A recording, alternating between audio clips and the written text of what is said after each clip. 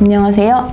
김태윤입니다. 저번 시간에 살펴봤듯이 일제시기 한반도에 진행되었던 도시계획은 기본적으로 어느 곳이나 구시가지와 신시가지의 인프라적 차이를 가지고 있었습니다.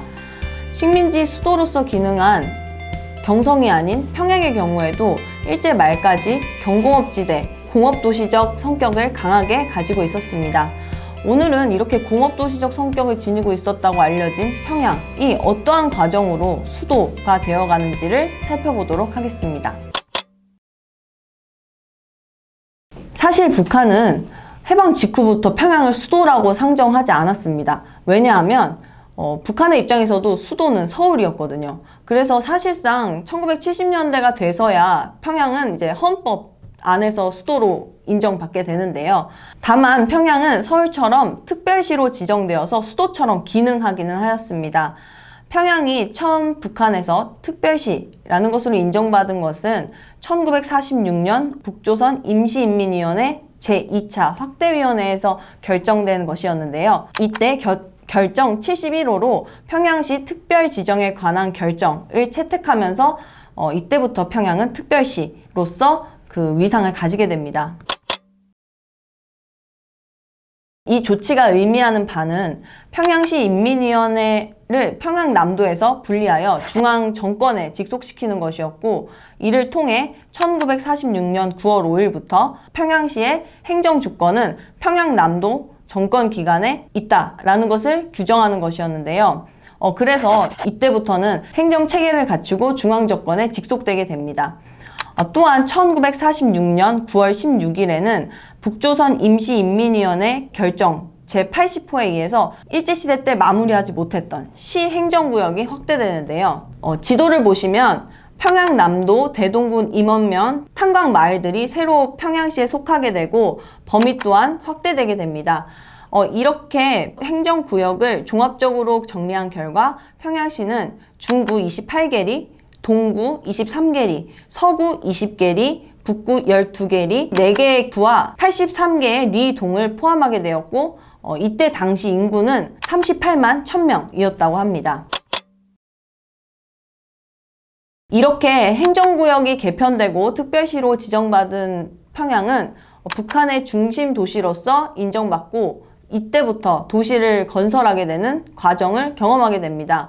그리고 북한의 제일 핵심 도시라고 할 수 있는 평양을 보다 좀 더 좋고 아름답게 가꾸는 것은 북한 정권이 당면한 제1과제였다고 할 수 있습니다. 그러나 행정 시스템이나 실무면에 있어서 아직 북한 자체가 준비된 것이 없었기 때문에 도시 건설에 있어서는 사실 건설 부문의 인력 구성, 그리고 건설 자재의 생산, 그리고 계획서 작성과 같은 일을 모두 동시에 함께 진행해야 했는데요. 이러한 작업을 사실은 할 수 있는 하나의 종합된 기관이 없는 것도 북한에서는 문제 아닌 문제였습니다. 그래서 건설 부분의 기술자들을 양성하려고 대학도 만들고 해보지만 이 양성할 기간 동안에 도시 정비를 할 수 있는 인력이 없다는 것 또한 문제로 제기되었는데요. 이 때문에 북한은 다른 도시들보다도 우선적으로 평양을 뭔가 좋아 보이고 뭔가 이렇게 정비하기 위해서 1949년 9월부터 건설 부문 기술자들을 모아 평양시 시공단이라는 것을 조직하게 됩니다.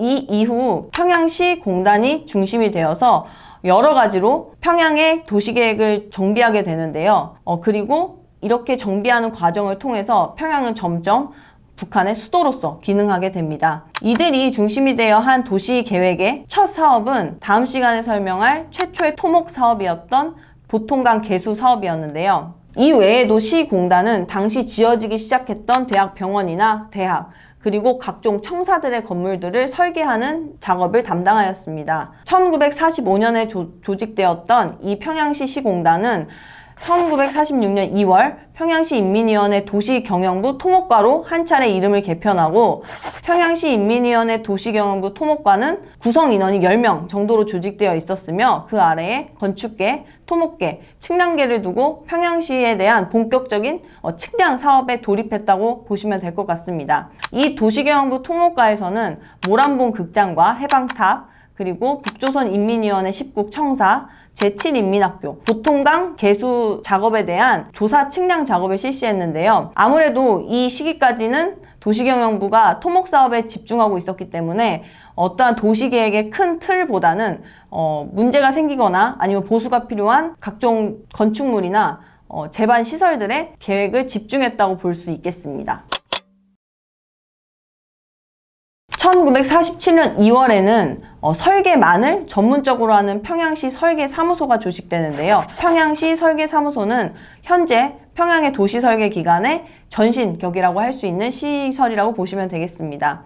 처음 인원은 30명으로 조직되어 건축설계부, 상하수도 설계부, 예산부 등의 부서를 두었고 건축 및 시설 구조에 대한 대상 설계들을 진행하였다고 합니다. 1947년 말에 평양시 설계사무소는 북조선인민위원회 도시경영국 설계처로 이름을 한 차례 바꾸게 되는데요.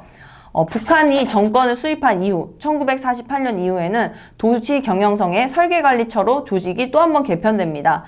이렇게 개편을 거듭하면서 이 조직의 인원들은 계속 인원이 늘어서 결국엔 1948년엔 50명의 기술자들이 도시경영성에 소속되어 있었다고 보시면 되겠습니다. 이들 기술자들은 당시에 김일성 종합대학 본관의 기숙사와 노동신문사 청사, 그리고 조선노동당 평양남도위원회 청사, 그리고 평양시 장류공장, 그리고 종합병원 등을 설계하였고 다수의 주택을 지었는데요.